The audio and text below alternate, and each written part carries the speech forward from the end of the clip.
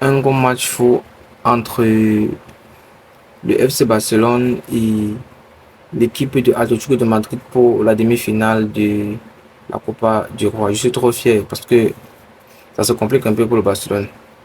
Donc, c'est un match fou qui finit sur un score de 4-4, mais c'est un peu surprenant parce que le Barcelone, vu qu'ils étaient même menés au début 2-0, ont quand même pu remonter la pente et faire un comeback.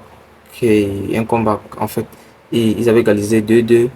Et après, ils ont pu vraiment tenir et ont dépassé la barre des 3-2. Ils ont fait un comeback où ils menaient 3-2 à la première mi-temps. Alors maintenant, on va commencer, c'est un peu plus simple parce que le Barça a un peu encaissé très tôt. Parce que à la toute première minute, le Barça va encaisser sur une passe décisive de l'Inglais, le but de l'attaquant, le 9 de AT Alvarez, l'Argentin. Ça, c'est la première minute. Et le Barça va encaisser le deuxième but à la 6e minute sur un but de Griezmann, sur une passe décisive de Alvarez. Ce qui a été un peu plus compliqué, mais le Barcelone n'a pas abdiqué, certainement, mais ils sont encore revenus un peu plus de force. Et ils ont vraiment pu remonter la pente avec le moral et de cette demi-finale, tu vois. Et après, il y a eu une passe de Koundé sur un but de Pedri à la 19e minute. Après, tout à coup, 2 minutes plus tard, à la 21e minute, on a eu un but de Koubassi sur une passe décisive de Rafinha. Ça, c'est la 21e minute.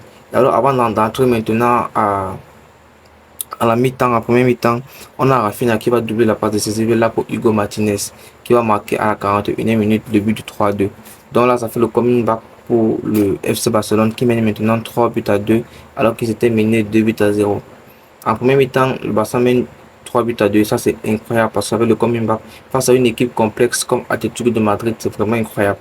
Mais cela, c'est un peu compliqué à la deuxième mi-temps parce qu'autour de la deuxième mi-temps, on va faire l'entrée à la 68e minute de Lewandowski sur la sortie de Ferran Torres. Et directement, le Barcelone, maintenant, avec son attaquant polonais, va pouvoir maintenant mettre maintenant le but du 4-2 à la 74e minute en fait. À la 74e minute, c'est une passe décisive de Yamal, de la mine Yamal. Lewandowski va mettre le but du 4, va mettre le but qui fera le 4-2. Alors le Barça est sûr qu'on a gagné. Alors, AT n'a pas toujours abdiqué. Alors, sur un match un peu intense, beaucoup d'intensité, beaucoup de sérieux et aussi du talent qui est en train d'être mis en jeu, l'Atlético de Madrid va directement répondre à la 84e minute, une passe décisive de Correa pour un but de Llorente et ça qui fera le 4-3. Alors, le Barça a essayé un peu maintenant de maintenir en essayant de défendre l'avance de un but qu'ils avaient parce que le match se rapprochait déjà à la fin. Mais malheureusement, le Barça a encaissé maintenant le but de l'égalisation sur 4-4 avec une passe décisive de Lino sur un but de Solot qui a fait le 4-4 à la 92e minute plus 3. Le match est fini sur un score nul de 4-4.